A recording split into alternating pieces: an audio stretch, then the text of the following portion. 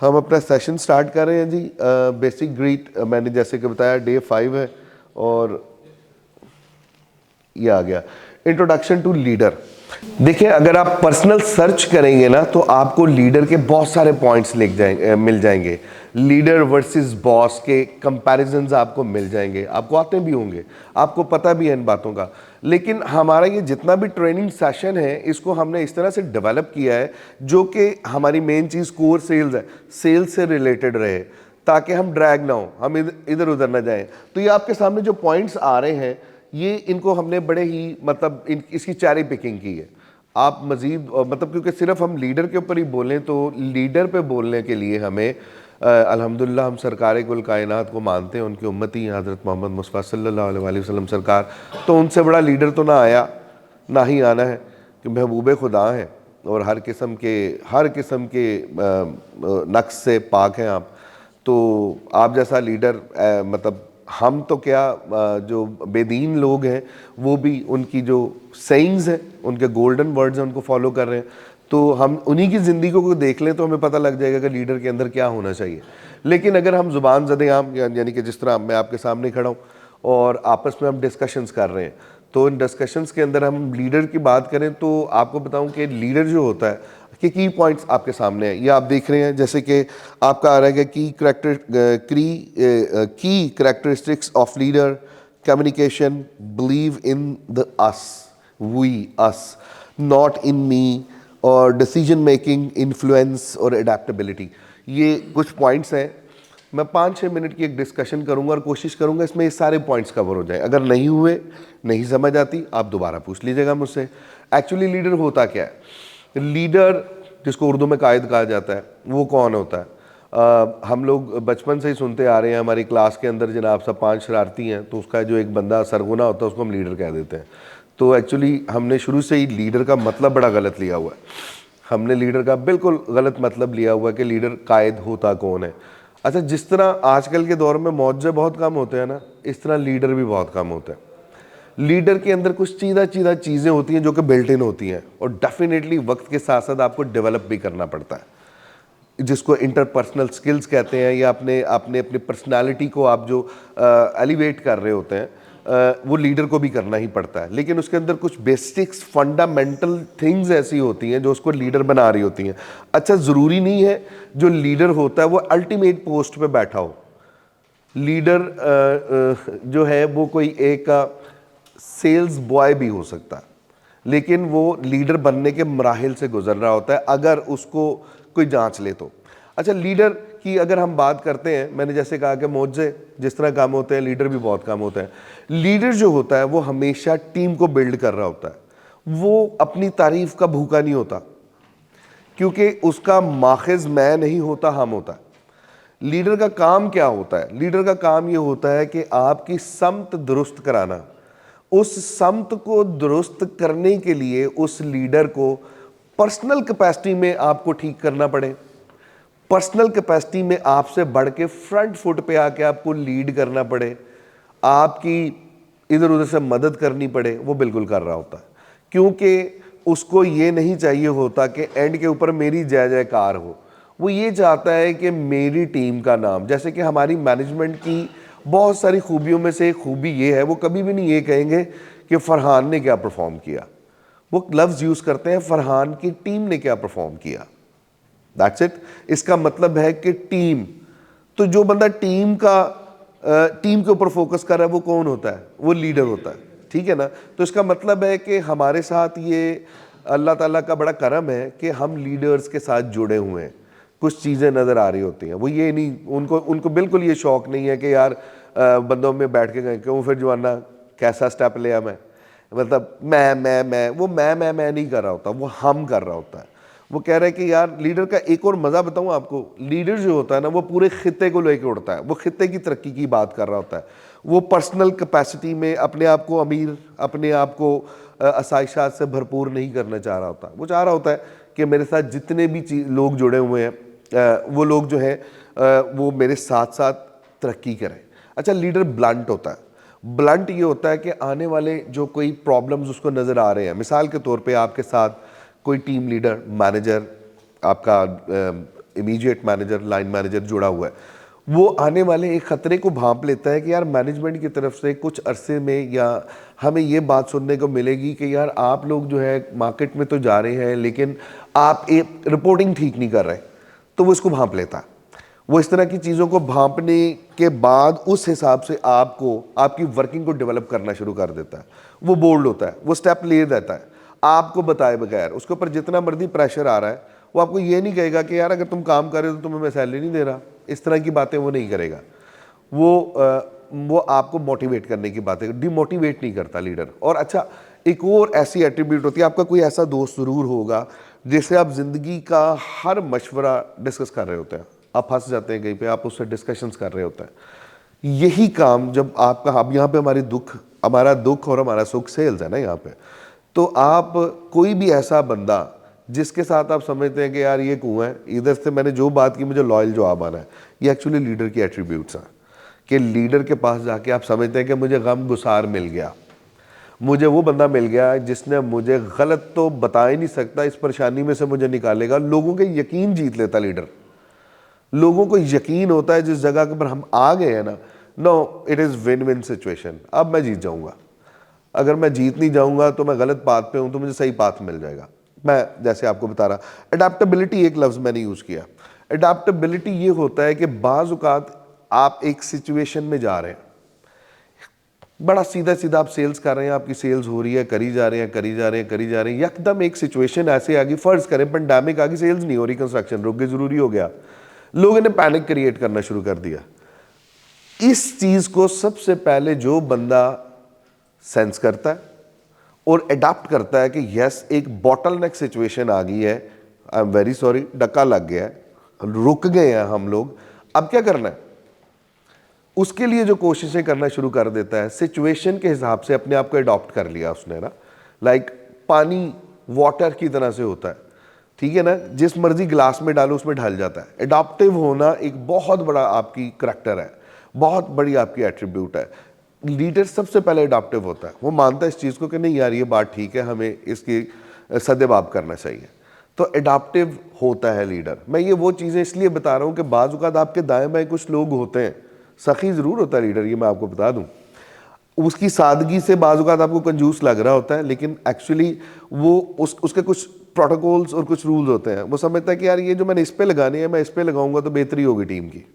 मैंने जो अपनी बड़ी गाड़ी लेनी है, इस तरह करता हूँ, 3 बंदों को ले देता हूँ, 3 मैनेजर्स को ले देता हूँ, जब पीछे ग्रेविटी का स्टिकर लगा हुआ तो पता लग जाएगा कि कितनी मस्कुलर कंपनी है, ठीक है ना। मैंने कहा कि वो सोच ही टीम का रहा होता है, अपने साथ एसोसिएटेड लोग जो होते हैं ना, उनके घर चलाने का सोच रहा होता है, उन्हें चलाने का सोच रहा होता है।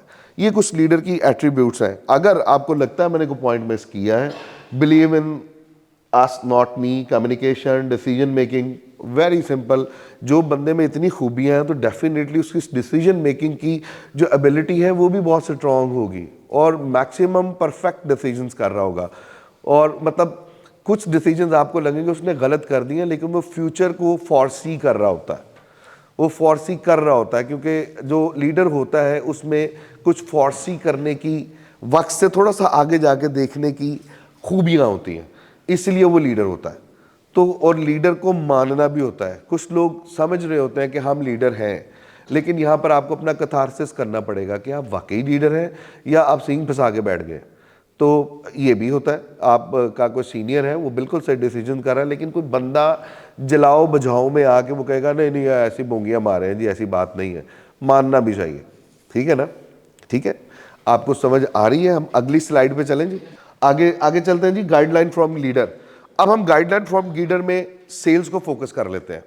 एक सेल्स का बंदा है, वो हमसे टैप नहीं हो रहा, मार्केट मुझसे टैप नहीं हो रहा, मैं नया नया मार्केट के अंदर आया हूँ, मैं सेल्स करना चाहता हूँ, मैं अपना नाम बनाना चाहता हूँ, मैं अपना करियर पाथ जो है ना उसको ठीक करना चाहता हूँ। तो मैं सेल्स को जेहन में रख के मेरा जो लीडर है, मैं जिसको लीडर समझता हूँ, मैं आसिफ साहब के पास चला जाता हूँ, ठीक है, मैं उनको लीडर समझता हूँ।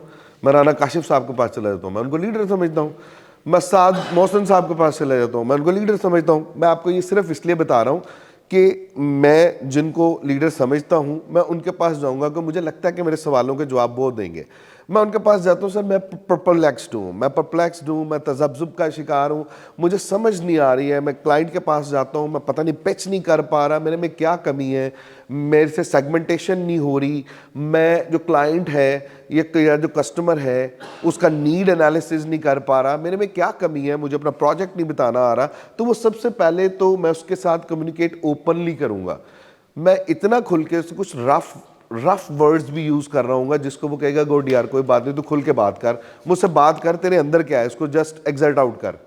आप जब कम्युनिकेट ओपनली करेंगे किसी बंदे के सामने जाके तो डेफिनेटली आप एग्जर्ट आउट कर रहे होते हैं, जिससे आपका जो जहन का प्रेशर है वो डाउन हो रहा होता है। जहन पे प्रेशर होगा, वर्किंग नहीं कर सकते आप, जिस तरह का मर्जी सिनेरियो लेके आ जाएं, जिस तरह का मर्जी आप सिचुएशन लेकर आ जाएं।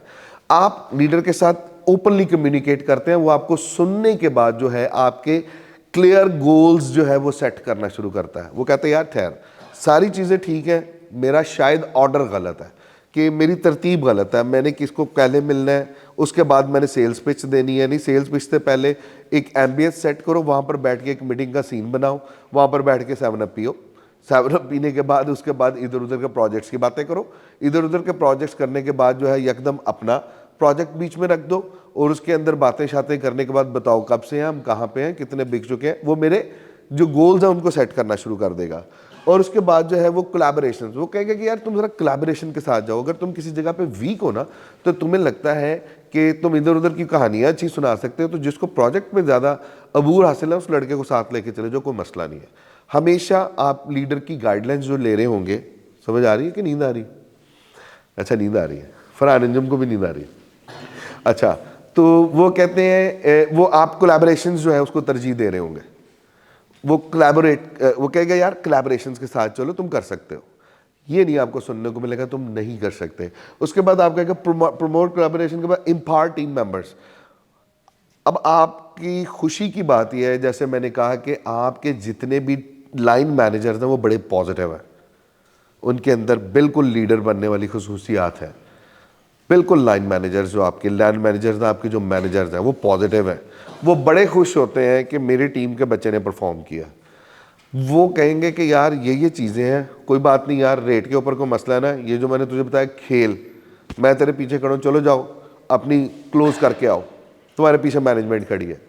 जब आपको पता हो कि आपके साथ आपकी मैनेजमेंट खड़ी है, आपने जो डिसीजन लिया है, आपको रोकने वाले या आपको गलत कहने वाले या आपको टीज करने वाले लोग नहीं हैं, तो यकीन कीजिए आप एक रॉकेट बन जाते हैं। और डायरेक्टेड रॉकेट जो होता है, एक डायरेक्शन पे जब रॉकेट छोड़ा जाता है, वो डेफिनेटली जो है वो अपना मकसद हासिल करके आता है।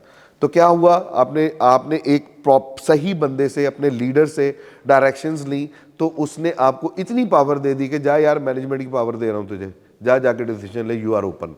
एम्पावर करता है अपने टीममेट को, ठीक है जी। उसके बाद आ गया रिजल्ट ओरिएंटेड। डेफिनेटली वो रिजल्ट ओरिएंटेड होता है, वो उसकी जितनी भी वर्किंग होती हैं वो इस बेस के ऊपर होती हैं कि आप रिजल्ट, आपको नहीं पता हो रहा था लेकिन आप रिजल्ट दे रहे होता है, इसीलिए रिजल्ट ओरिएंटेड लेकर वो आपको चल रहा होता है।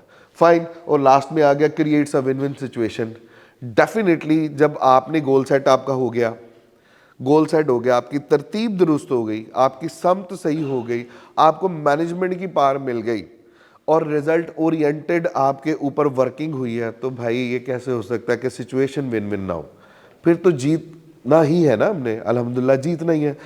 मैं बार बार आपको ये बताऊंगा। अगली स्लाइड पे चलें जी। अगली स्लाइड पे आ गया मार्केटिंग टेक्निक्स। अब मार्केटिंग टेक्निक्स को जब हमने बोलना है तो आपने बिल्कुल रिलैक्स करना है। मार्केटिंग टेक्निक से मुराद मैं ये ले रहा हूं कि रियल एस्टेट का एक सेल्स बॉय है, यहां पर जितने भी बैठे हैं वो सेल्स बॉय हैं, क्योंकि सेल्समैन कभी बूढ़ा नहीं होता और जो बूढ़ा होता वो सेल्समैन नहीं होता। तो जितनी भी सेल्स टेक्निक मैं डिस्कस करूंगा वो मैं अपने ग्रेविटी एसोसिएट में जितने भी मेरे प्रोजेक्ट्स हैं उनको जहन में रखते हुए मैं जिन जिन टेक्निक्स के ऊपर काम करना चाहता हूं या करता हूं मैं उनकी बात कर रहा हूँ। तो ये तो वो टेक्निक्स हैं जो कि आप, बल्कि हाँ मैंने उसी के हिसाब से लिखे। मैंने इसमें 2-3 नई चीज़ें, एक तो नई चीज़ लिखी। पहली तो कंटेंट मार्केटिंग। कंटेंट मार्केटिंग जो होती है वो बड़ी बड़ी ईजी। कंटेंट से कहते हैं ना, हमें आजकल बड़ी ऑनलाइन जॉब्स आ रही हैं, need a content writer, content writer, content writer. Content writer क्या, मुसव्वदा लिखने वाला, टू द पॉइंट बात लिखने वाला। कंटेंट क्या है, अगर मैं आपको कहूँगी जी टीजीसी का कंटेंट क्या है, तो आप बता दें जी एक मॉल है जिसमें 3 टावर हैं, जिसमें कमर्शियल है, जिसमें फिश एक्वेरियम है, जिसके अंदर इंटरनेशनल होटल है, मेगा मार्ट है, दैट्स इट। ये मेरा कंटेंट है ना। तो इस कंटेंट की तशहीर मैं किसी भी प्लेटफॉर्म, मीडियम, किसी बंदे, किसी इन्फ्लुएंसर के थ्रू करवाऊँ तो ये क्या हो गई, ये कंटेंट मार्केट होगी, ठीक है ना। इसमें मैंने किसके ऊपर जोर दिया, एक तो कंटेंट जामे लिखा, मुख्तसर मगर जामे। आप प्रेसी राइटिंग याद है ना आप सबको, आप तो मेरा ख्याल है मैम पढ़ाती भी हैं बच्चों को और समझाती भी नहीं है। प्रेसी राइटिंग इंतहाई मुश्किल काम है, क्योंकि हम बड़े सगीर के जो लोग हैं ना, मिर्च मसाले मज़े के खाते हैं, हमें चिकनी चुपड़ी बातें करने की बड़ी आदत है, तो हम कंसाइज लिख ही नहीं सकते। तो ये जो कंटेंट राइटर की जब बात आ रही होती है ना, तो गोरा परेशान हो जाता है, यार ये तो मैं किया ही नहीं थी, जो कुछ है लिख गया। हम किसी बंदे में इतनी खूबियाँ डाल देते हैं, वो खुद परेशान हो जाता है, यार ये तो मेरे अब्बे ने भी नहीं बताई मुझे, जो मेरे में आ गई है खूबियाँ। तो कहने का मकसद ये है कि हम लोगों को प्रिसाइज होना ये एक बड़ा मुश्किल काम है, लेकिन ये एक बड़ा मज़े का फ़न है। तो कंटेंट राइटर्स हमेशा वो पसंद किए जाते हैं जो प्रिसाइज और टू द पॉइंट लिख रहे होते हैं। आगे हम आ जाते हैं, मैंने एक लफ्ज़ यूज़ किया, प्रोपेगेंडा मार्केटिंग। आपको याद रखना है कि आप फैसलाबाद में, वैसे तो बड़े बड़े जो मार्केटर्स होते हैं वो प्रोपेगेंडस मार्केटिंग करते हैं, बड़े बड़े मार्केट। अगर मैं यहाँ पर कहूँ कि गवर्नमेंट्स जो हैं, गवर्नमेंट्स को सर्व करते हैं, मतलब एक मुल्क है उसकी प्रोडक्ट किसी दूसरे ममालिक में बेचनी है, तो ये कितनी बड़ी बात होगी। मतलब पाकिस्तान की कुछ प्रोडक्ट्स हैं जो कि मैं दूसरे ममालिक में, एक प्रेसिडेंट है वो चाहता है कि दूसरे ममालिक में बिकें, तो उसने जिस बंदे को सिलेक्ट किया कि ये प्रोपेगेंडा मार्केट बड़ी अच्छी करेगा, तो वो बंदा क्या होगा, आपको वैसा बनना है। आपको शायद पता नहीं है कि आपके फैसलाबाद में प्रोपेगेंडा मार्केट बड़ी मज़े की है। प्रोपेगेंडा मार्केट की थोड़ी सी मैं एक आपको फ्लेयर देता हूँ। उसका फ्लेयर ये है कि आप 5 बिजनेस टाइकॉन्स के दरमियान में बैठे हुए हैं, और एक बंदा है वो भी उभरता हुआ बिजनेस टाइकॉन है, उनके साथ आप बैठे बैठे उनके साथ आप डिस्कस करते हैं। फर्ज करें उनको टीजीसी का नहीं पता, आपको यार कमाल हो गया यार, एक प्रोजेक्ट आया, होए होए होए होए, हर बंदे का रुझान उसकी तरफ है यार, पंजाब में ऐसा है ही नहीं यार, खुदा की कसम कमाल कर गए हैं वो तो। अब वो लोग, आप प्रोपेगेंडा क्रिएट कर रहे हैं, आप एक प्रोपेगेंडा क्रिएट कर रहे हैं और एक हाइप क्रिएट कर रहे हैं, यार अपने वो दानिश साहब नहीं है यार, वो बंदा तो बड़ा प्रो विजनरी निकला, विजन से भी आगे चला गया भाई, वो पहले ही लेके तो ये कुछ लेकर उसमें बैठा हुआ है। आप ना चाहते हुए वो लोग इंटरेस्ट ले रहे होंगे, लेकिन अपने एक रख रखाव में भी रहेंगे, क्योंकि इस तरह के लोग जो होते हैं आम बंदे की तरह बिहेव नहीं कर रहे होता। तो आपके प्रोपेगेंडा में जितनी सेलिंग आप प्रोपेगेंडा मार्केटिंग में कर सकते हैं, वो आप बाकी मीडियम्स में शायद उतनी तेज़ी से एक्सेल नहीं हो सकते। उसमें यह है कि आपने अपने गिर्द के खौल को तोड़ना होता, ठीक है ना। जैसे कि लोग फैसलाबाद में मशहूर है कि आप किसी शेख साहब के पास जाते हैं, मियाँ साहब के पास जाते हैं, उनको कहते हैं कि सर जी वो तुसी ग्रैंड आइकॉनिक सिटी ਦੇ ਵਿੱਚ प्लाट नहीं ले, अख्तर साहब नहीं अपने वो ਜਿਹੜਾ सूत्र का काम करते उन्होंने 5 चुक लिया, उन्हें चुके हैं, वो भी उठा लेगा। आप समझ रहे हैं ना। Somehow this is called propaganda marketing. अगले पॉइंट पे चलते हैं, सोशल मीडिया मार्केटिंग। बताने की जरूरत नहीं, सोशल मीडिया पे इस वक्त जितने भी मीडिया आ रहे हैं, जैसे कि सबसे पहले आपका फेसबुक आ गया, इंस्टाग्राम आ गया, लिंक्डइन आ गया, गूगल की अपनी मार्केटिंग है। आप इसके ऊपर जितनी भी चीज़ें, अब तो बल्कि आप लिंक्डइन जो है आप इसको बिल्कुल इग्नोर नहीं कर सकते। इसके ऊपर आप अपने कंटेंट की, अपने प्रोजेक्ट की जो तशहीर करते हैं, आप अपनी पर्सनल कैपेसिटी में अपने अकाउंट्स बना के उसका पार्ट बनते हैं सोशल मीडिया का, आप उसका पार्ट बनते हैं, और पार्ट बनने के बाद आप उसके ऊपर जो है प्रोजेक्शन करना शुरू कर देते हैं अपने प्रोजेक्ट की। ये सोशल मीडिया मार्केटिंग में आती है। और सोशल मीडिया में जितने आगे मीडियम्स हैं वो क्या कहलाते हैं, वो सोशल मीडियम। सोशल क्या, अल्हम्दुलिल्लाह हम खुद, हमारा दीन सोशल है, क्योंकि हमने बाद जमात नमाज अदा करनी है, तो इसका मतलब सोशलिज्म। तो सोशल मीडिया यानी मिलने जुलने वाला मीडिया, उसमें मार्केटिंग कैसे करनी है, वो मिलजुल के ही होगी ना यार। तो मिलना जुलना क्या है कि आपने सबसे पहले उस मीडिया का पार्ट बनना है कि हाँ यार मैं सोशल हूँ। उसके लिए आपने अपना अकाउंट क्रिएट करना है, वो सबको करना आता है। तो वो क्रिएट करने के बाद उस प्रोजेक्ट के ऊपर हम फजूल की, हाँ टिकटॉक, आप टिकटॉक को इग्नोर नहीं कर सकते। आप खड़े खड़े ऐसे ही 5 मिनट की थोड़े से मज़ाहिया से अंदाज के अंदर या थोड़े से फ्रैंक अंदाज के अंदर अपने दोस्त को खड़ा करके आप अपने टीजीसी की, ग्रैंड आइकॉनिक की, हैदर कमर्शियल मार्केट की आप छोटी छोटी सी बनानी शुरू कर दें। और अगर आपको पता है टिकटॉक के ऊपर जितना आपको एक्सेल जल्दी मिल सकता है वो किसी मीडियम पे भी नहीं मिलता। आप टिकटॉक के ऊपर एक छोटे छोटे से इस तरह की वेन्यू के ऊपर खड़े होकर बनाए, ठीक है ना। ये social media market, influencer marketing जो है ये बड़े मजे की चीज़ है। इन्फ्लुएंसर्स मैडम पता ही होगा आपको, आप सबको पता होगा, चल इसको रिवाइज कर लेते हैं। इन्फ्लुएंसर्स जो होते हैं जो सोशल मीडिया के ऊपर टाइकून्स हैं। आपको पता है सोशल मीडिया ने आपसे बड़ी सारी चीज़ें छीन ली हैं। रेडियो छीन लिया, टेलीविज़न छीन लिया, पर्सनल फ्रेंड्स छीन लिए, टाइम छीन लिया, फैमिली टाइम छीन लिया, सब कुछ छीन लिया। पहले आप टीवी देखते थे बाकायदा, आपको पता था 9 बजे खबरें आनी है, उससे पहले एक ड्रामा आना है, उससे पहले बच्चों का पोर्शन है, उससे पहले जनाब सब तफहीम कुरान है, ये मतलब एक पूरा सेट पैटर्न था, तो बड़ी तरतीब में थे। अब एक बंदा जो कि बड़ा शाई है, उसको कोई भी नहीं बुलाता, कोई भी मुंह लगा के नहीं राजी, उसने सोशल मीडिया के ऊपर अपना एक अकाउंट बनाया और उसके ऊपर उसने सारा एग्जर्ट आउट करना शुरू कर दिया और वो वायरल हो गया। अभी तक फैमिली वाले उसको मुंह नहीं लगा रहे, लेकिन दुनिया वाले कह रहे हैं कि यार कमाल दा बंदा है, यार कमाल दा बंदा। ठीक है जी, वो क्या करता है, वो सोशल मीडिया पे इन्फ्लुएंस करता है, उसका रौब है, उसकी जान पहचान है और वाहवाही जान पहचान है। तो आप उन बंदों को, अच्छा जी जा पानी, अच्छा, तो यकीन करें कि आपका जो पेज है वो ज़मीन से छत पे लग जाता है, इसमें कोई दो राय नहीं है। आगे आगे आपकी, अब मैंने अब ये 3 टर्मिनोलॉजीज वो यूज़ की हैं जो आप सारे करते हैं।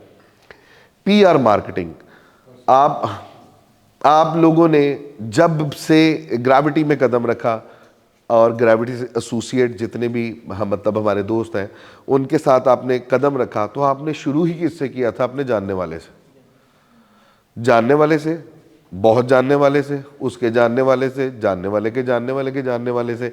आपकी सेल्स शुरू ही ऐसे होती है। और कहा जाता है कि सेल्समैन को सिर्फ एक बंदा चाहिए होता है, एक ज़िंदगी में भी बंदा आपका जानने वाला आपको सेल्स करनी आती है। आपने उसके पास जाना है, उसको कहना भाई मैं सेल्स करने के लिए आ गया हूँ, ये मेरी प्रोडक्ट है, तूने लेनी है तो मुझे बड़ा अच्छा लगेगा, अदरवाइज मुझे 3 बंदे दे दे जो तेरे ना करें। वो उन 3 बंदों के पास जाएंगे, उनसे भी आपने 3-3 बंदे लेने हैं। आपने देखना कि एक हफ्ते में आपसे ट्री जो है, ये ट्री आपसे काबू में नहीं आ रहा होगा, क्योंकि मल्टीप्लिकेशन इफेक्ट लग रहा होगा ना इसके ऊपर। तो आपसे फॉलोअप नहीं दिया जा रहा होगा, आपसे कॉल्स नहीं अटेंड की जा रही होंगी। सेल्स यकीन करें इतनी ही आसान है। सेल से पहले मार्केटिंग होती है। तो आप जब प्रोजेक्ट में आते हैं तो ये नॉलेज का मतलब ये है कि आप इतना कुछ सीख के जब जा रहे हैं तो पहले आप अपना प्रोजेक्ट मार्केट करते हैं। जब आप मार्केट करते हैं तो फिर सेल्स की तरफ आप निगोशिएट कर रहे होते हैं। तो ये ना कहें कि मैं सेल्समैन हूँ, नहीं, पहले आप मार्केट ना चाहते हुए भी कर रहे हैं। सेल्स हो ही नहीं सकती जब तक आप मार्केट नहीं कर रहे होते। ठीक है जी, आगे आ जाए कोल्ड मार्केटिंग। कोल्ड मार्केटिंग मतलब विदाउट रेफरेंस मार्केटिंग। कुछ ब्रेव, मुझे यकीन है कि बहुत सारे आप में से ब्रेव बंदे ऐसे हैं, जैसे मैं, बेशक उसको नींद आ रही है, लेकिन वो हमारा चीता ऐसा दोस्त है आमिर शमशीर कि भाई वो बड़ी अच्छी कोल्ड कॉलिंग करता था। तो वो क्या करता था, मतलब हमें बाकायदा कोल्ड कॉलिंग के सेशंस दिए जाते थे। आप जा रहे हैं, आपको बंदे नजर आए, आपको होर्डिंग बोर्ड के ऊपर फलां इंजीनियरिंग, फलां सोप वाले, फलां खद्दर वाले वगैरह वगैरह, आपने नाम ले लेने हैं। उनका नाम लेके उनको कोल्ड कॉल देनी है। कोल्ड कॉल करके कहना जी मेरे सीईओ से टाइम लिखवा दें। वो आपसे टाइम लेके आप मिलते हैं, यकीन करें आपको सीईओ ने टाइम दे दिया, आपको सुन लिया, प्रोजेक्ट समझ आ गया, वो आपकी श्योर सेल है। कोल्ड कॉलिंग, जिसको कोल्ड कॉलिंग करनी आती है उसको दुनिया में कहीं पे भी जाने की ज़रूरत नहीं है। ठीक है जी। उसके बाद आगे एफिलिएट मार्केटिंग। आपको पता ही है एफिलिएट मार्केटिंग क्या है। हमारे पास 2 तरीके हैं, या तो डायरेक्ट मार्केटिंग कर लें या एज एन एफिलिएट जुड़ के हम मार्केटिंग कर लें। एफिलिएट चैनल का भी आपको पता है कि आप अपने साथ लोग जोड़ते हैं कि यार अच्छा चलो यार तुमने मुझसे चीज़ नहीं लेनी तो आओ पार्टनर बनो, मिल के रिस्क साझा करते हैं और हम मिल के जो है एफिलिएट मार्केटिंग या एफिलिएट चैनल की तरफ चलते हैं। तो ये भी बड़ा एक स्ट्रॉन्ग रेफरेंस है। इसके लिए आप मार्केट में मौजूद प्रॉपर्टी डीलर्स को भी देख लेते हैं, या कुछ चलते पुर्जे होते हैं मार्केट के, आप उनको अपने साथ एसोसिएट करते हैं। तो इस तरह एफिलिएट मार्केटिंग भी। तो मार्केटिंग टेक्निक्स हमने वो डिस्कस की जो कि हमारे इस प्रोजेक्ट को लगती हैं। जो हमारे प्रोजेक्ट के साथ जा रही हैं। ठीक है जी, आगे चलते हैं, मैंने बड़ी जल्दी जल्दी करना है। कस्टमर रिलेशनशिप मैनेजमेंट, कस्टमर के साथ रिलेशन बढ़ाने का जो तरीकाकार है उसको मैनेजमेंट कहा जाता है। कस्टमर से मुराद ग्राहक, रिलेशनशिप, रिलेशनशिप किसे कहते हैं? ताल्लुक। और मैनेजमेंट तरीकाकार। हमने कस्टमर से अपना तरीकाकार या बर्ताव या ताल्लुक कायम रखने के लिए जो जो पॉजिटिव हरकतें करनी है वो सीआरएम में आती हैं। सर ऐसे ही है, वो सीआरएम में आती हैं, वो उसको हम डिस्कस। सर ऐसे ही है, भटूरे नहीं खा रहे आप? अच्छा, data collection and analysis, customer data, customer segmentation, communication and interaction, customer services and support, customer loyalty programmes, feedback and surveys, engagement with project, engagement with project. बड़ी मजेदार और सीधी सीधी बातें। मेरे पास कस्टमर नहीं है, मैंने उस कस्टमर को ढूंढना है, तो उसको ढूंढने के लिए मैं जितनी भी कोशिशें कर रहा होता हूं उसको कहा जाता है डाटा कलेक्शन। वो मैं कोशिश कैसे कर सकता हूं? अब मेरी नई नई जॉब लग गई एक जगह पे, मुझे कस्टमर चाहिए। कंपनी कह रही है कि भाई आपने काम करना है, मुझे मेहनत करके दिखानी है, हम आपका साथ भी देंगे, लेकिन आपने कस्टमर लेकर आने, हम हर तरह की आपको सपोर्ट देंगे। तो वो बंदा जो आपने तलाश करना है, जिसने आपका कस्टमर बनना है, वो ना तो आसमान से गिरना है, वो हो सकता है आपका छोटा भाई हो। वो तलाश करने के लिए आप जो भी हरकतें कर रहे होते हैं, जो मेहनत कर रहे होते हैं, उसको कहा जाता है डाटा कलेक्शन। आप डाटा कलेक्ट कर रहे हैं। सबसे पहले मैं आज भी कहूँगा ना कि यार आप अपने ना 7 कस्टमर्स के नाम दे, तो आप ऐसे करके फ़ोन निकालेंगे, कॉपी पेंसिल पकड़ेंगे और मुझे लिख के दे देंगे। ये क्या किया आपने? डाटा कलेक्ट करके मेरे हवाले कर दिया। डाटा कलेक्शन के अंदर जैसे ही आपके पास कुछ लोग आपके जहन में आ गए, 7 के बंदे आ गए कि यार मैंने डाटा कलेक्ट कर लिया, ये मेरे प्रॉस्पेक्ट है, ये मेरे पक्के क्लाइंट है, उसके बाद आप एनालिसिस करते हैं। एनालिसिस क्या करेंगे यार? तज्जिया क्या करेंगे? तज्जिया ये करेंगे कि यार ग्रेविटी के कौन कौन से प्रोजेक्ट जा रहे हैं, असलम साहब कमर्शियल को लगते हैं, रेजिडेंशियल को लगते हैं। ये जो आप सोच कर रहे होंगे, क्योंकि एक पैटर्न का नाम सेल है ना, तो आपने जो असलम साहब, अहमद के बारे में, राशिद के बारे में, अयान के बारे में, रफ़ीक के बारे में सोचा कि ये किस किस प्रोजेक्ट को जोड़ रहे हैं, आपने उनके साथ नथी किया, पहले आपने डाटा कलेक्ट किया। हालांकि ये सारे हम काम कर रहे होते हैं, हमें पता नहीं होता। हमने जो भी काम करना शुरू किया कस्टमर को अपने जहन में लाने के लिए, वो डाटा कलेक्शन हो गया। मैं आपके हिसाब से बात करूंगा, अपने हिसाब से बात करूंगा जो मैं करता हूं। उसके बाद मैं एनालिसिस करूंगा, इसको अपार्टमेंट लगता है, इसको लोअर ग्राउंड फ्लोर लगता है, इसको फूड कोर्ट लगता है। अगर मैं टीजीसी की बात करूं, या इसका ऑफिस टावर, यार इनू रख रखाव का बड़ा शौक है, ये बड़े मेल लाउनर के नाल बहता है, और इसका यार यहाँ पर इसका सूतर मंडी में कारोबार भी बहुत अच्छा है, इसको कॉर्पोरेट ऑफिस लगता है। ये जो मैं कर रहा हूँ, ये मैं कस्टमर का एनालिसिस कर रहा हूँ। उसके बाद जो है कस्टमर डाटा, मैंने पहले हल्का फुल्का अपने कस्टमर्स के बारे में सोच लिया, और उसके बाद मैंने कस्टमर का डाटा कलेक्ट करना शुरू कर दिया।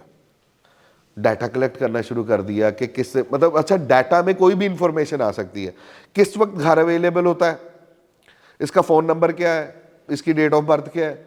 ये भी मार्केट टेक्निक है कि कस्टमर्स को व्हाट्सएप कर देना उनकी बर्थडेज के ऊपर, congratulation sir, happy birthday to you. ठीक है, अच्छा, आपने उसका कस्टमर के बारे में जो भी पॉजिटिव डाटा है वो कलेक्ट करना शुरू कर दिया।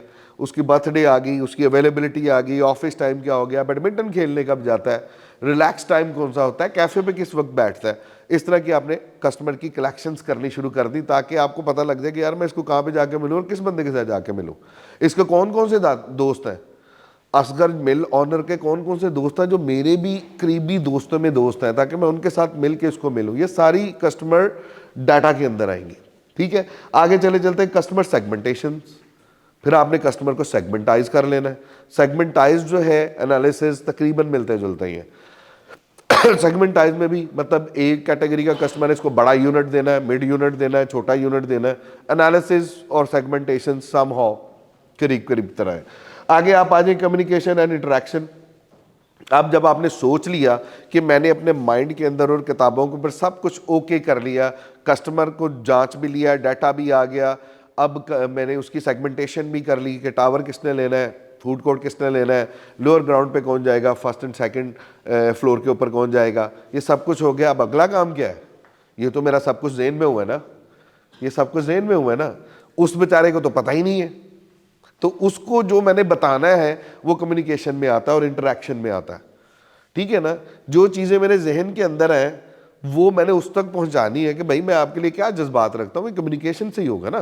तो कम्युनिकेट करने के लिए मैं जो वेज इख्तियार करूँगा, उसके दोस्त से मिलूंगा, उसके कज़न के थ्रू मिलूंगा, व्हाट्सएप के थ्रू मिलेगा, फेसबुक पे उसका फ्रेंड बनूंगा, या डायरेक्ट जाके उससे टाइम लेके मिल लूँगा, ये जितने भी वेज हैं ये कम्युनिकेशन एंड इंटरेक्शन में आता है, ठीक है जी। आगे चलते हैं customer services and support. Customer services and support की आपको एक मज़ेदार बात बताता हूँ। मैं बैंकर था, हमारे बैंकर्स जिस बंदे का 10, 15, 20 करोड़ का डिपॉजिट हमारे बैंक में होता था, तो यकीन मानिए मैं बढ़ा चढ़ा के बात नहीं कर रहा, उसके घर के बच्चे भी हमारा ब्रांच मैनेजर छोड़ के आता था कि यार वो बंदा कहीं पे मेरे से मुंह ना मोड़ ले। ये कस्टमर सर्विसेज में आता है। यूजली ये हो रहा होता है कि हम सारा जोर सेल के ऊपर लगा रहे होते हैं, सेल्स के ऊपर लगाने के बाद ही तो आपकी मेहनत को रंग लगने। एक कॉन्टेंटेड क्लाइंट जो होता है वो आपको स्टैट्स के मुताबिक 1500 से 1500 तक, मैं अगर ज़्यादा बढ़ा कर नहीं देता, पॉजिटिव क्लाइंट्स देता है। और एक ना मुतमईन गैर मुतमईन क्लाइंट जो होता है वो तकरीबन इससे डबल बंदे आपके खा जाता है। तो जनाब आप कस्टमर सर्विसेज एंड सपोर्ट, हर तरह की सपोर्ट।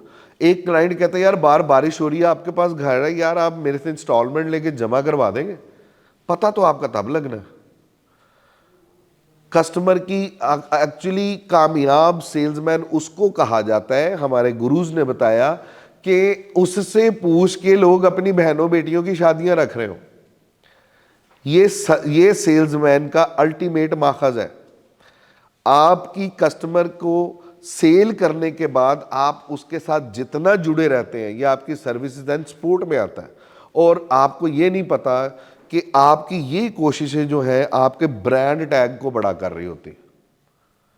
इतना ज़रूरी है customer sales and support. Customer loyalty programme, feedback and service, engagement with project, ये तीनों चीज़ों को मैं सेम करूँगा। वो इसलिए सेम करूँगा कि आप कस्टमर को सेल करने के बाद अक्सर लोग होते हैं भूल जाते हैं, सेल हो गई, डाउन पेमेंट हो गई, इंसेंटिव्स जेब में आ गए, अल्लाह अल्लाह खैर सल्ला। अच्छी कंपनीज उनको पता होता है कि जो एक क्लाइंट पॉजिटिव क्लाइंट होता है ना, उसकी सारी फैमिली ने आपका क्लाइंट बनना होता है। ये वर्किंग होती है। तो अब उसको ये कहा जाता है कि आप हमारे साथ प्रोजेक्ट का हिस्सा बने थे, आप हमारे लिए बड़े अहम हैं। आपने क्लाइंट को हर वक्त ये बताना है कि आप बड़े अहम हैं, सेल्स होने तक नहीं। सेल्स के बाद कंपनी सेल्स गालाज करवाती है, क्लाइंट्स को बुलाया जाता है, कंपनी की तरफ से आपको डायरेक्शंस हैं, अपने क्लाइंट्स को जितनी बार मर्जी बुलाएं, इज्जत के साथ बुलाएं, उनको चाय पिलाएं, अपने साथ एंगेज रखें, ठीक है। अब क्या होता है, आप वैसे ही अपने पुराने क्लाइंट्स को अपने किसी जगह पे गैदर करते हैं और एक फीडबैक फॉर्म बना लेते हैं कि आपको हमारी कंपनी की कंस्ट्रक्शन स्पीड कैसी लगी, कंस्ट्रक्शन मटेरियल कैसा लगा, सेल्स डिपार्टमेंट कैसा लगा, हमारा रिकवरी एंड कलेक्शन डिपार्टमेंट कैसा लगा। अगर आपने भी बैंकर्स की तरह का रिकवरी डिपार्टमेंट रखा हुआ तो फिर अल्लाह अल्लाह खैर सल्ला, ठीक है ना। क्योंकि रिकवरी डिपार्टमेंट जो बैंक्स के होते हैं वो तो एक्चुअली इखलाक से काफ़ी गिरे हुए होते हैं। तो अगर आपके सारे डिपार्टमेंट ठीक हैं और रिकवरी डिपार्टमेंट जिसकी वाकई ही थोड़ी सी रिपेयर होनी ज़रूरी होती है हर जगह पे, आपको एक डिपार्टमेंट भी गलत है तो बाकी डिपार्टमेंट की मेहनत मुनहदम हो जाती है। तो आपने कस्टमर को इम्पॉर्टेंट बताने के लिए जितने भी ट्रिक्स करने हैं वो जनाब सब कस्टमर रिटेंशन में आते हैं। फिर उसकी पूरी फैमिली आपके साथ फैमिली बनती है। इंगेजमेंट विद प्रोजेक्ट, अपने प्रोजेक्ट के साथ इंगेज रखने के लिए आप कस्टमर को बार बार बुलाएं, वैसे ही अपने सीनियर से मिलवाएं। जैसे कि हमारे एक क्लाइंट बने, उन्होंने हमसे क्या बोलते हैं सॉरी प्रोजेक्ट्स लिए, हमसे 3 यूनिट्स लिए, तो आसिफ साहब से मिलाया। अब उसको यूनिट लिए 1 माह हो गया, वो आया पाकिस्तान आया, आसिफ साहब से मिला, बड़ा खुश हुआ यार आसिफ साहब तो बड़े अच्छे बंदे हैं। आसिफ साहब से, राना काशिफ साहब से मिलाया, इनसे मिला दिया, सर से मिला दिया। मतलब आप कस्टमर को एंगेज रखें, वैसे ही खाना करें उसका, और करें, सिर्फ खाते ही नहीं होते कस्टमर से, उसे खिलाते भी होते हैं बाज़ औक़ात। आप समझ रहे हैं मौलाना? जी।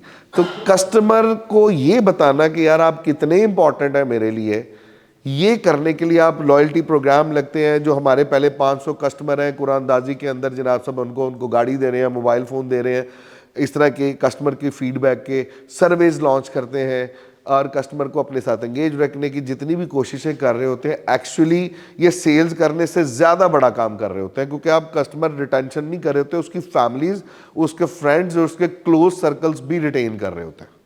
ठीक है जी सर, ठीक है, हाँ भी ठीक है।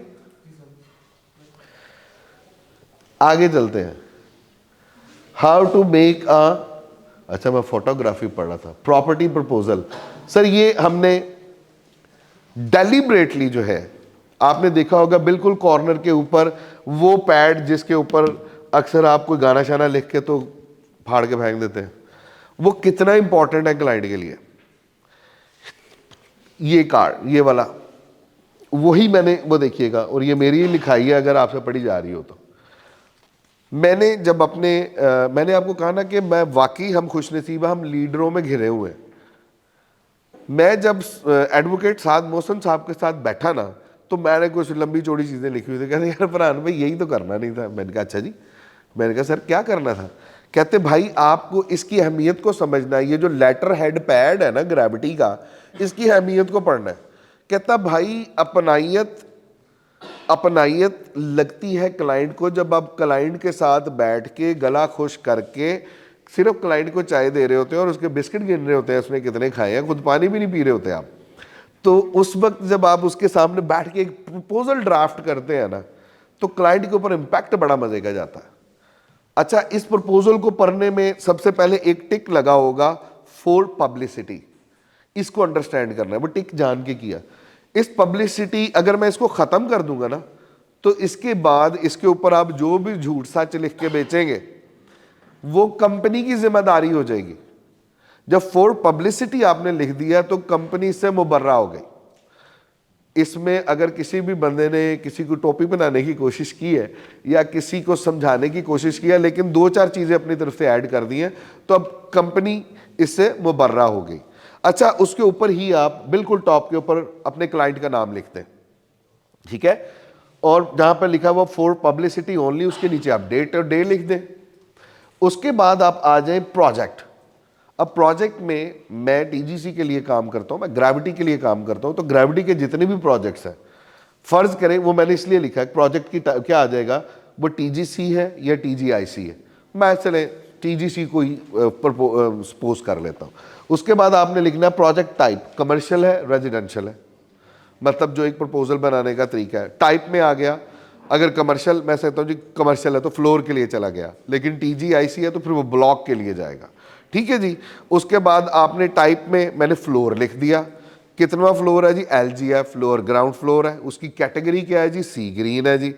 उसका यूनिट नंबर कौन सा जो है मिस्टर एक्स वाई जेड को पसंद आया, वो वहाँ पे मैंने लिख दिया जी 215।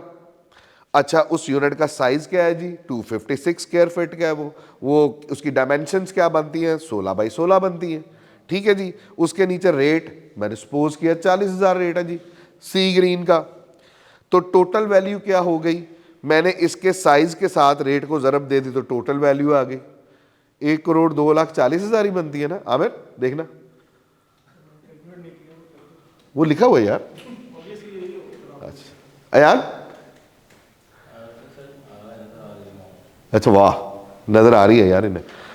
अच्छा, 1,02,40,000 रुपए। इसकी down payment at the rate of 30%, 30% के सर इतनी ही लेते हैं ना हम, क्यों जी? हाँ, मैं कमर्शियल को मैंने सपोज कर लिया, मैंने यूनिट भी बता दिया ना, मैं वही बता रहा था, आप शायद सो रहे थे। एलजीएफ लोअर ग्राउंड फ्लोर सी ग्रीन कैटेगरी, दोबारा बताता हूँ, सी ग्रीन कैटेगरी थी, साइज उस यूनिट का 215 था, तो अब 256 स्क्वायर फीट का था, मैं उसका बता रहा था। वो 30% पे ही लेना था, मैं 25 पे लेट था, तो फिर वो ऑन मुझे करना पड़ना था, क्योंकि कंपनी ने तो फॉर पब्लिसिटी लिख दिया ऊपर, तो वो मुझे ऑन करना पड़ना था। तो अच्छा, इसकी डाउन पेमेंट जो थी वो मैंने 1,02,40,000 रुपये को जब मैंने 30% से ज़रब दी तो वो निकल आई 30,72,000 रुपये। ठीक है जी। डाउन पेमेंट इतनी बन गई, अब 3 इयर्स की EMI मैंने लिखवा है जी, इक्वली मंथली इंस्टॉलमेंट। यार तू सो रहा है? इसका मतलब मेरी आवाज में जादू है, लोग अक्सर सो जाते हैं। गुड यार, ये हमारे टिकटॉकर हैं यार, ये बड़े अच्छे बच्चे हैं, जरा खड़े हो यार।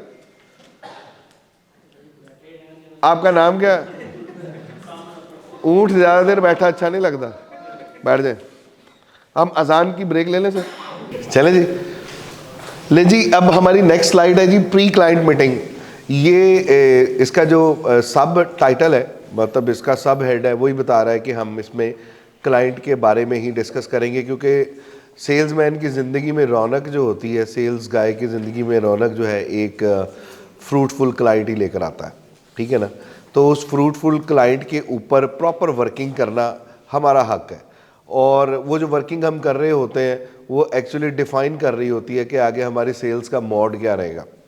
तो उसमें हमने क्या करना है कि क्लाइंट के पास जाने से पहले हर बंदा ये ना चाहते हुए ऑटो पे ये चीज़ें उसका ब्रेन कर रहा होता है। मिसाल के तौर पे पहला पॉइंट जैसे कि हम डिस्कस करेंगे हमारा है जी, अंडरस्टैंड द क्लाइंट। बाज़ औक़ात यह आ रहा होता है कि हमारे सर पे सेल्स कर जाने का इतना जज्बा होता है कि हम सुनते हुए भी क्लाइंट को सुने नहीं रहे होते। वो अपनी नीड बताने की कोशिश कर रहा होता है, वो बता रहा होता है कि मेरा पॉकेट साइज़ ये है, वो यूँ बताना चाह रहा होता है कि यार मैं यहाँ पर आना चाह रहा हूँ और मेरी ये ख्वाहिशात हैं, मुझे इस तरह का एक यूनिट चाहिए जिसको मैं आगे जाके, चूँकि कारोबारी हूँ तो मैं खुद वहाँ पर अपना कोई बिज़नेस यूनिट खोल लूँ। लेकिन हमारे जहन में यही होता है कि यार को बड़ा यूनिट इसको बेचें, तो इसको बड़ा यूनिट बेचें, इसको ग्राउंड फ्लोर बेचते हैं। हो सकता है कि हमारा वो क्लाइंट जो है वो फर्स्ट या सेकंड फ्लोर का हो, उसको वो छोटे यूनिट में किसी रिटेल के बिज़नेस में इंटरेस्टेड हो, लेकिन हमें एक ख़ब्त सवार होता है कि यार ज़रा एक बड़ी सेल्स दे लें, तो हम उसको अंडरस्टैंड नहीं कर पा रहे होते किसी भी वजह से। कोई क्लाइंट सिर्फ ये होता है प्रोटोकॉल मांग रहा होता है, आप उसको प्रोटोकॉल दे दें, आप उसको मीठी ज़ुबान में बुला लें, ठीक है ना, थोड़ी बटरिंग कर दें उसकी, तो वो रेडी हो जाता है। तो हमने क्लाइंट को अंडरस्टैंड करना ये ज़रूरी है और बड़ा नॉर्मल है। आप 5-7 मिनट जब आप किसी क्लाइंट को डिस्कस करते हैं, कोई बंदा अपना फैमिली का प्रोटोकॉल चाह रहा होता है, वो अपनी फैमिली बता रहा होगा, कोई बता रहा होगा मैं मेहनत करके ऊपर कैसे आया, कोई बंदा ये बताना चाह रहा होगा कि यार मेरी ड्रेसिंग जो है उसकी तारीफ़ करो, कोई बंदा बार बार आपके सामने अपनी आई वॉच आगे एप्पल वॉच कर रहा होगा तो आप तारीफ़ ही नहीं कर रहे होते। मतलब ये यकीन मानिए ये चीज़ें हैं। कुछ लोग होते हैं कि वो कहते हैं मुझे सराहो तो सही ना यार, मैं तुम्हारा क्लाइंट बनने के लिए जा रहा हूँ। इनफैक्ट मैंने ये चीज़ें देखी, मेरा इतना क्लोज बडी 2006 से मेरा बडी, उसको मैंने यूनिट बेचा रीसेल का, तो मैंने देखा उसको थोड़ा सा गेज किया कि वो चाह रहा था कि मुझे क्लाइंट वाला प्रोटोकॉल दो। मुझे ठीक है कि मैं तुम्हारे कहने पे ले रहा हूँ, एक यूनिट लेने के लिए जा रहा हूँ, लेकिन मेरे सामने मटेरियल रखो, मुझे अंदर बैठ के जो है कॉफ़ी स्नैक्स जो है वो सर्व करो, और इसके अलावा भाई मुझे पूरी प्रेजेंटेशन दो, मुझे फ्यूचर बताओ मॉल का क्या है। लेकिन मेरा कब से दोस्त है? 2006 से दोस्त है। जब वो प्रोटोकॉल्स मांग सक रहा होता है तो ये ज़हन में रखना है कि क्लाइंट को क्लाइंट समझना है, उसको अपने प्रोटोकॉल देना है, ना चाहते हुए भी वो चाह रहा होता है कि मुझे थोड़ा सा आप अपर लेवल पे डील करें आके। तो आपने अपने क्लाइंट को अंडरस्टैंड करना है, बस यही साइंस है। जितनी जल्दी कर जाएंगे आप सेल्स को क्लोज करने के उतने ज़्यादा करीब हो जाएंगे। उसके बाद है डिफाइन मीटिंग ऑब्जेक्ट। आपकी इस मीटिंग का मकसद क्या रहेगा?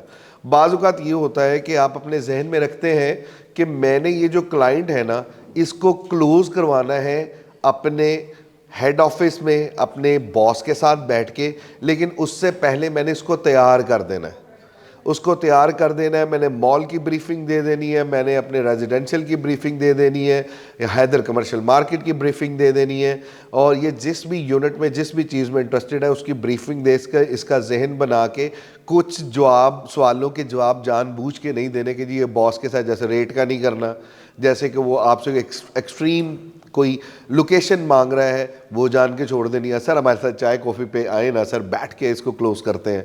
इस तरह की चीज़ें, इस तरह के ऑब्जेक्ट, आपका ऑब्जेक्ट क्या है, आपका एजेंडा क्या है कि मैंने जो ये मीटिंग करनी है मैंने यहाँ पर इसको कितना राइप करना है, पकाना कितना का मैंने क्लाइंट को, ठीक है। ये हो गया आपका डिफाइन मीटिंग ऑब्जेक्ट। उसके बाद gather necessary material. Necessary material के अंदर कुछ भी आ सकता है। मतलब बाज़-औक़ात बहुत सारे क्लाइंट्स होते हैं, आप उनको मिलते हैं तो वो आप उनको अपने ब्रांड की टैग्ड एक डायरी देते हैं ना, तो प्रिविलेज फील करते हैं। आपके पास वो मटेरियल होना चाहिए।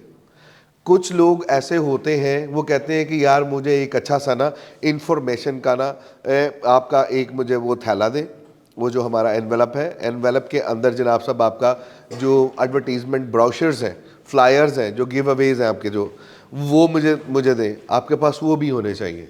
कुछ लोग चाह रहे होते हैं कि यार मैंने जितने सवाल किए, कुछ भी नहीं, जितने भी सवाल किए हैं मैंने, उसके जवाब जो है मुझे जो बंदा अपनी सेल्स पिच देने के लिए आ रहा है, उस बंदे को उस सारे सवालों के जवाब आने चाहिए। ठीक है, मतलब मटेरियल से मुराद ये है फिजिकल मटेरियल से लेके, यानी कि टैंजिबल से लेके इंटैंजिबल मटेरियल, दोनों तरह के मटेरियल आपके पास होने चाहिए। फाइन, इसमें कोई ऐसी कोई मुबहम चीज़ तो नहीं है। साबुन भाई, सुभान भाई, ओके। अच्छा, आगे है एंटिसिपेट क्वेश्चंस। ये बड़ा ज़रूरी है। आप जब अपनी बाइक पे, आप किसी भी व्हीकल पे ऊपर बैठे हैं और आप जा रहे हैं जहाँ पे आपका क्लाइंट जो है आपका इंतज़ार कर रहा है, आपने सोचने हैं हर तरह के नेगेटिव क्वेश्चंस कि मेरा क्लाइंट कौन कौन से ऐसे क्वेश्चंस कर सकता है जिसके ऊपर मेरी सिटी तो नहीं गुम हो जाएगी, मैं ब्लैंक तो नहीं हो जाऊंगा, मैं वहाँ पर भग से तो नहीं उड़ जाऊंगा। मतलब ये सारी बातों को आपने सोचना है। जब आपका जहन में आप उन अनसीन या अनहर्ड क्वेश्चंस का आंसर आपका जहन दे लेता ना, तो आप शेर हो जाते हैं। फिर आप कहते हैं आ जाए, अब जो भी इसने करना कर ले, अल्लाह खैर करे। ठीक है ना, इसके लिए प्रोडक्ट नॉलेज होना बहुत ज़रूरी है। आगे चलते हैं जी, प्रैक्टिस योर पिच। आपको अपनी सेल्स पिच जो आप सीखते हैं पहले दिन से, आपका लीडर, आपका मैनेजर, आपका सीनियर आपको बता रहा होता है, पका रहा होता है, आप अपने हिसाब से सेल पिच की तरतीब तो ऊपर नीचे कर सकते हैं, लेकिन उसकी प्रैक्टिस ज़रूर करते रहा करें।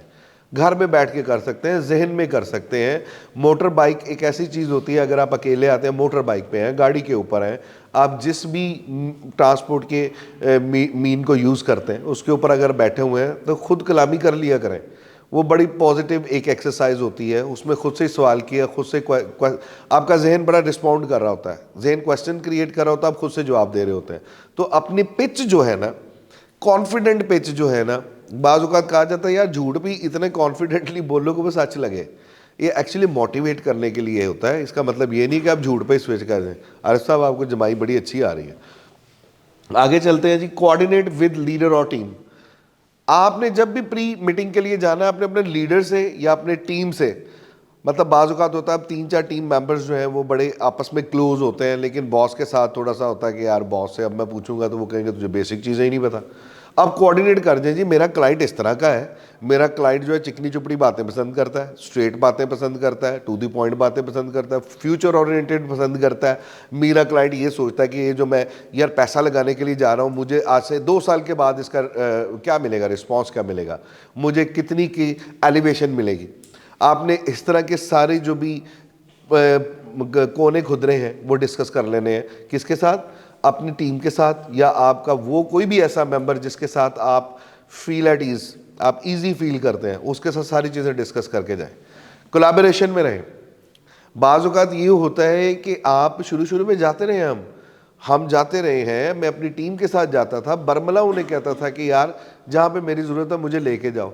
इन्होंने जब भी किसी बिग फिश को हंट करना होता था, मैं इनके साथ जाता था।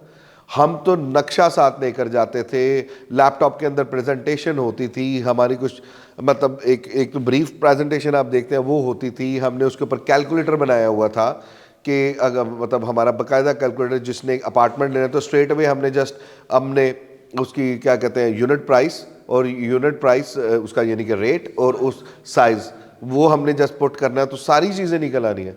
5 साल की इंस्टॉलमेंट, इनफैक्ट बबल तक की इंस्टॉलमेंट हमने बनाई हुई होती थी। हम टीम कोलैब करके चले जाते थे और कोलैब करके जाते थे, क्लाइंट के लिए कोशिश करते थे कि कोई गिफ्ट टाइप की चीज़ लेकर जाए टीजीसी की तरफ से, जिससे वो प्रिविलेज फील करें।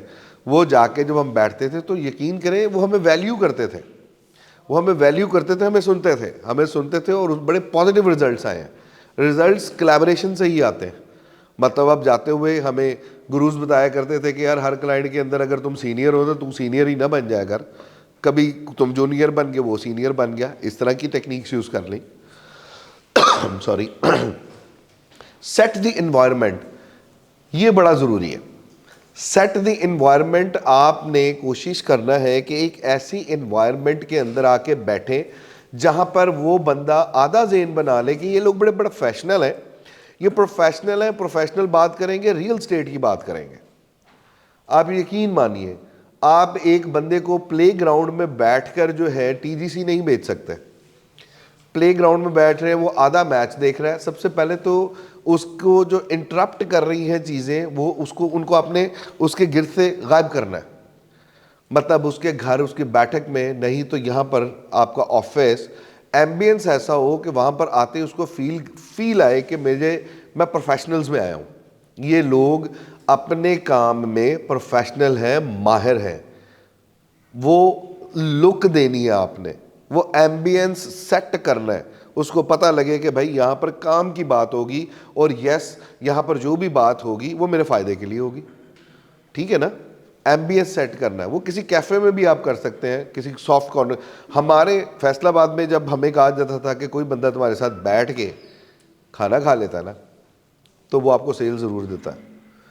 बहुत सारे ये भी कस्टमर को आइडेंटिफाई करने में आता है कि कोई कस्टमर ऐसा हो रहा है कि यार इतना बड़ा मॉल बना रहे हैं, मैं देखता हूँ यार मेरा खाना कहाँ करते हैं।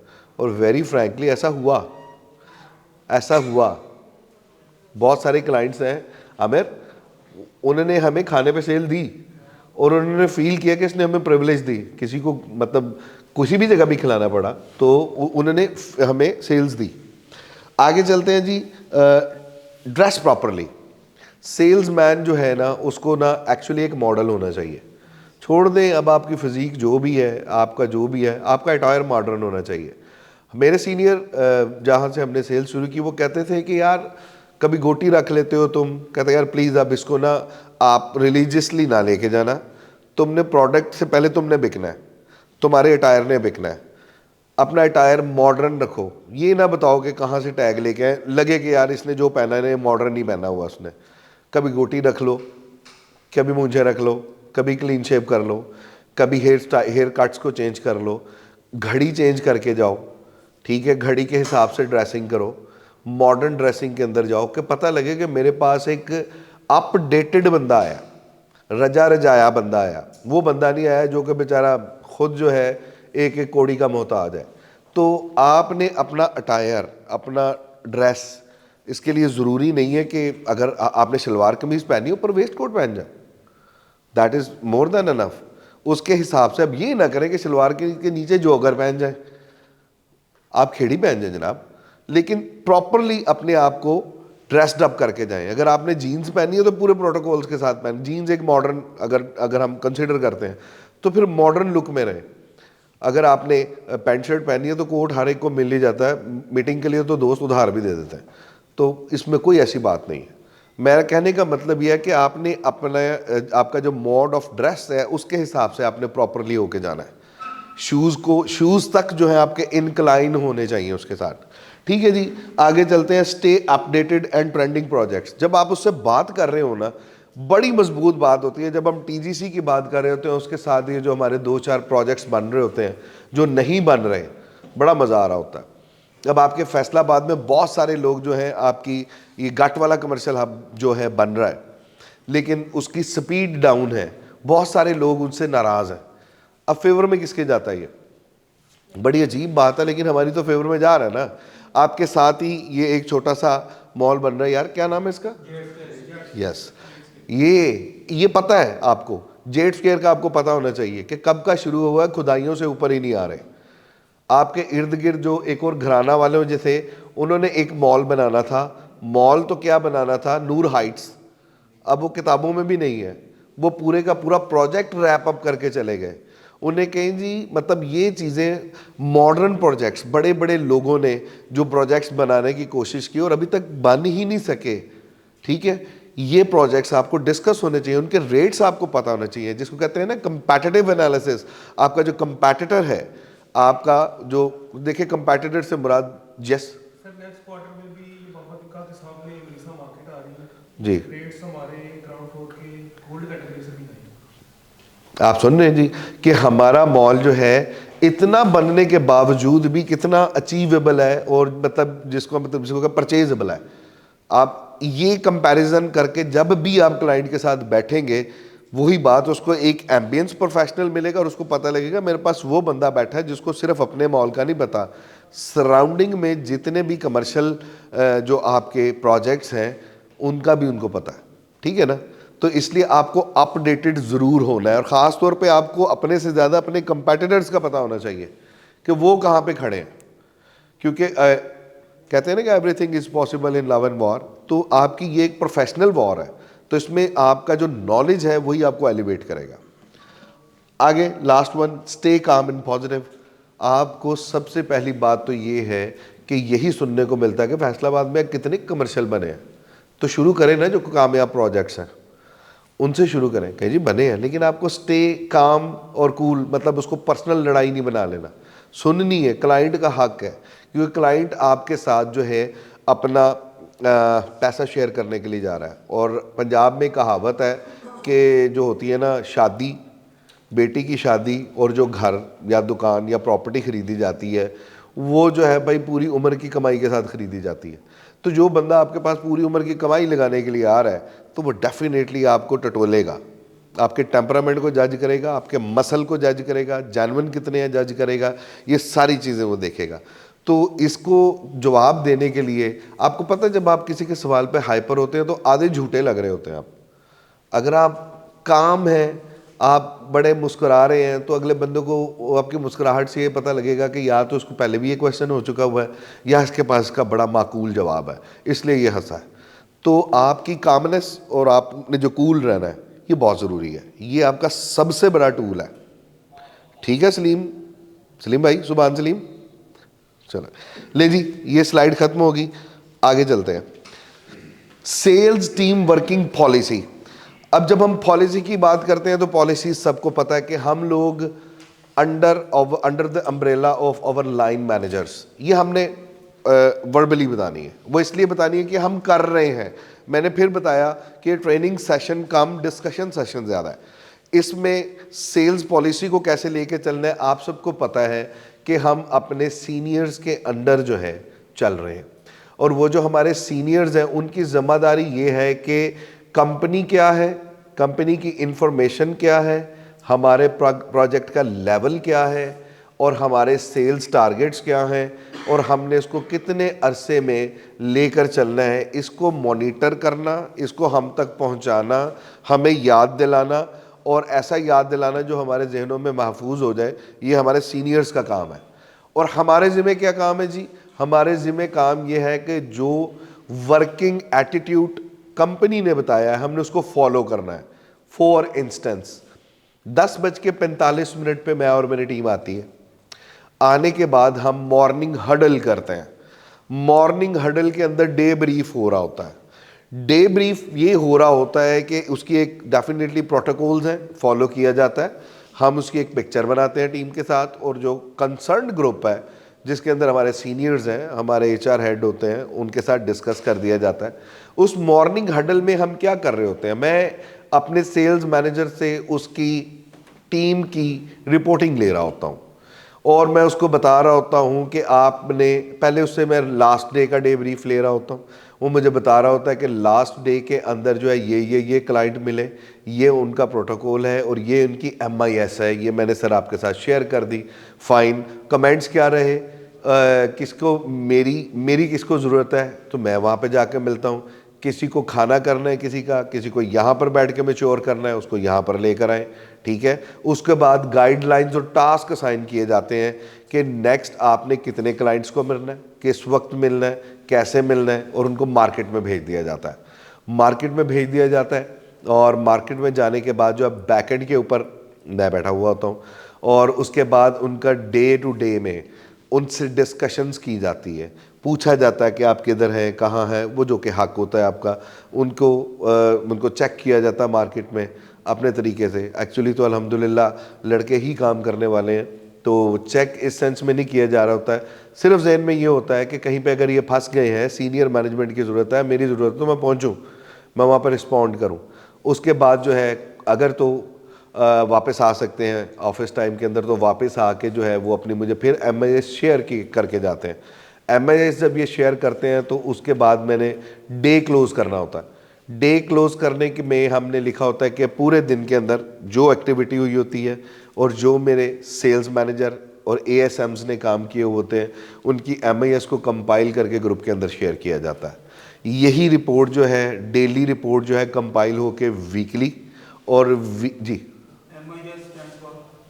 यार, आप जो डाटा लेते हैं ना कस्टमर का नाम सॉरी कस्टमर का नाम, कस्टमर का रोल नंबर कहने लगा था, कस्टमर का आगे फ़ोन नंबर, कस्टमर क्या काम करता है, कस्टमर किस प्रोजेक्ट में इंटरेस्टेड है, और अगर तो TGC में इंटरेस्टेड है तो किस फ्लोर में इंटरेस्टेड है, और कब तक मैच्योर हो जाएगा, और इसको वगैरह वगैरह वगैरह। ये जितने भी आप क्लाइंट्स को मिल के आते हैं ना, वो आप एक शीट पे लिखते हैं, इसको MIS कहते हैं, मैनेजमेंट इंफॉर्मेशन सिस्टम, ठीक है ना।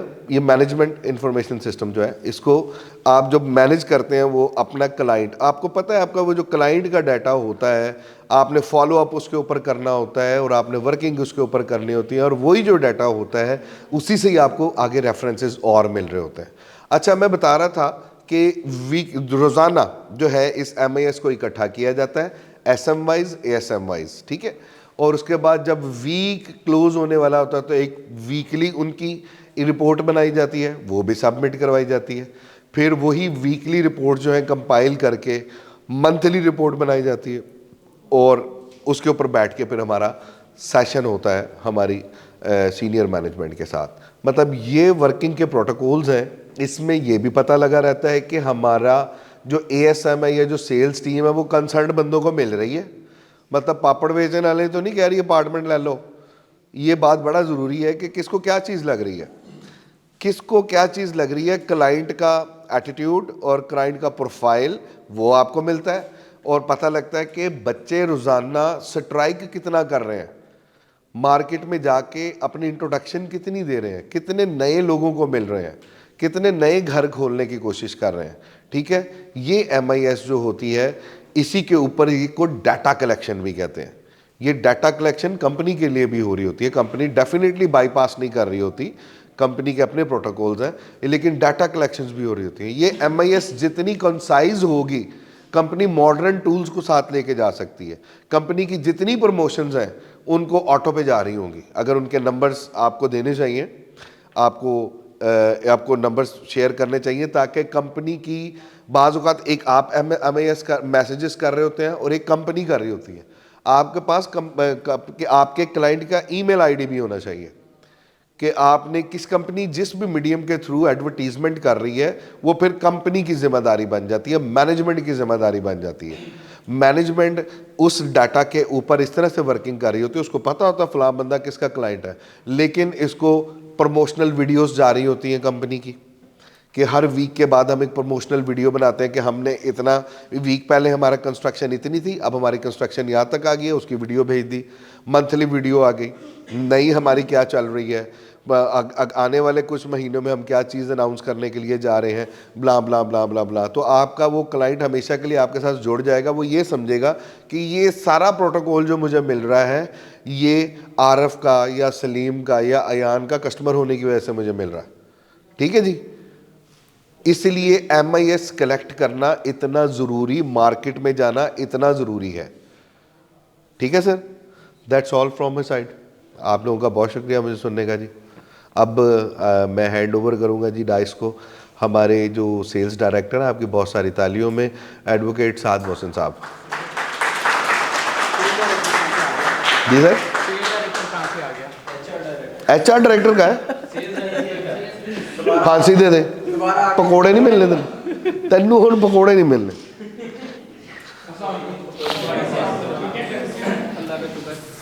आज जो है बेसिकली मैं सिर्फ यही पूछना है कैसा रहा सेशन। बहुत अच्छा सर। ठीक है, अब तक के सेशन जितने भी जा रहे हैं आप लोगों को समझ आ रही है? हमारा मकसद जो है ना वो यही है कि आप तक आसान तरीके से बेसिक लेवल पे आके ये इंफॉर्मेशन पहुंचाना, ताकि आप लोग रियल स्टेट के बिज़नेस को, रियल स्टेट की दुनिया को आप लोग जो है समझ सकें और इसमें एक अच्छा स्टार्ट ले सकें। और जब आप लोग स्टार्ट लें तो आप दूसरों के मुंह की तरफ ना देखें, ना कि अपने आप को उस नज़र से देखें कि मैं शायद अभी जूनियर हूँ, बल्कि पूरी तैयारी के साथ अपनी तेज़ तलवार के साथ मैदान में उतरें। क्या समझते हैं? ये जितनी भी ट्रेनिंग्स है ना भाई, ये समझ लो ये आपका हथियार है, और जंग में वही उतर सकता है जिसके पास हथियार है। बगैर हथियार के फ़ायदा नहीं। अब बगैर हथियार के जाओगे तो सिर्फ चोटी लगवा के आओगे ना, तो फिर तो जंग तो ना हुई, तो जंग तो बराबरी की होती है। तो अब जंग ट्रेडिशनल तो रही नहीं, तो अब तो इन्फॉर्मेशन की और नॉलेज की जंग है। तो जिसकी इन्फॉर्मेशन जितनी अच्छी, जिसका नॉलेज उतना अच्छा, तो वो समझो जंग उसकी है।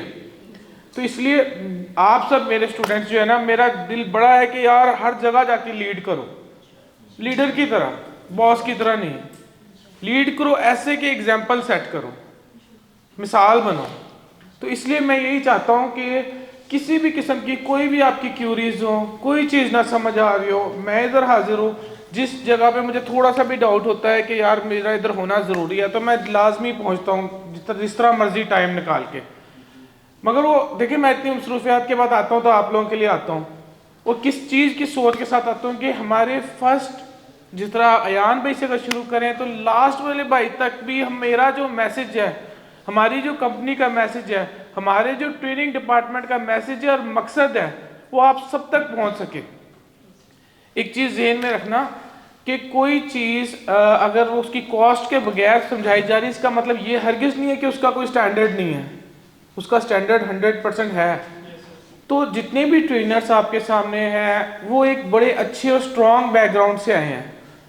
तो इवन मैं खुद एक ट्रेनिंग कंपनी चलाता रहा हूँ, और मैं हाईली पेड जो है ना, मतलब जो है कंपनी चलाता हूँ। मतलब ये है कि आप ये सोच नहीं सकते कि पाकिस्तान में ट्रेनिंग के लिए जो एक सेशन के लिए मैक्सिमम जो चार्ज किया जाता है ना, तो मैं उस लेवल तक अल्हम्दुलिल्लाह जा चुका हूँ। तो अब आप लोगों की इस चीज़ में आप लोगों को चाहिए कि इसको एज अ अपॉर्चुनिटी लें, इसको सीखें, समझें और इसको मार्केट में यूज़ करें। मुझे आपसे सिर्फ इतना ही चाहिए। आप किसी जगह पे मार्केट में जाके कहीं चमक रहे होंगे ना, तो मुझे ये देख के खुशी होगी, ये सितारे की जो चमक है ना कहीं इसमें मेरा हाथ है। तो इसलिए मैं आप लोगों को बस ग्लो करता हुआ देखना चाहता हूँ। Thank you very much. मैं बस आप लोगों को ग्लो करता हुआ देखना चाहता हूँ, चमकता हुआ देखना चाहता हूँ। मेरा हरगिज़ मकसद नहीं है कि आप ये कह के 100% हमारे पास ही काम करो, आप बाउंड हो जाओ। आप जहाँ भी जाओ कामयाब हो, रियल एस्टेट की दुनिया में जाओ, तो कहीं ना कहीं ये बताओ कि हाँ मैंने ये चीज़ें सीखी, और कुछ नहीं इधर से मिले तो कम से कम एक उस्ताद तो मिल गए ना आप लोगों को। कहीं ना कहीं दूसरी जगह जाओगे तो कहोगे तो सही रहे हमारे उस्ताद हैं, अच्छे लफ्ज़ों में तो याद करोगे, गुडविल तो आएगी ना हमारे पास, हमारे स्टूडेंट तो आएंगे ना हमारे पास, आप लोगों का साथ तो आएगा ना हमारे पास। कहीं जलते हुए कहीं रुके देखोगे तो मुस्कुरा के तो देखोगे ना।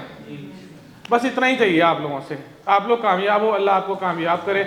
जहाँ पे, जिस जगह पे, जहाँ पे भी आपको मेरी ज़रूरत हो, जिस टॉपिक में ज़रूरत हो, जो चीज़ समझ ना आ रही हो आप समझें। और मैं इस बात की गारंटी देता हूँ जो ट्रेनिंग मैंने ये तैयार की है, ये सारी ट्रेनिंग अगर अच्छे तरीके से आपने सुन ली, समझ ली, इस्तेमाल कर ली, तो आपको एक बेहतरीन लीडर बनने से और इस रियल एस्टेट की दुनिया में कामयाब होने से कोई नहीं रोक सकता। अपनी मुस्कुराहट रखना, कॉन्फिडेंस रखना। थैंक यू जी, जज़ाकल्लाह, अस्सलाम वालेकुम।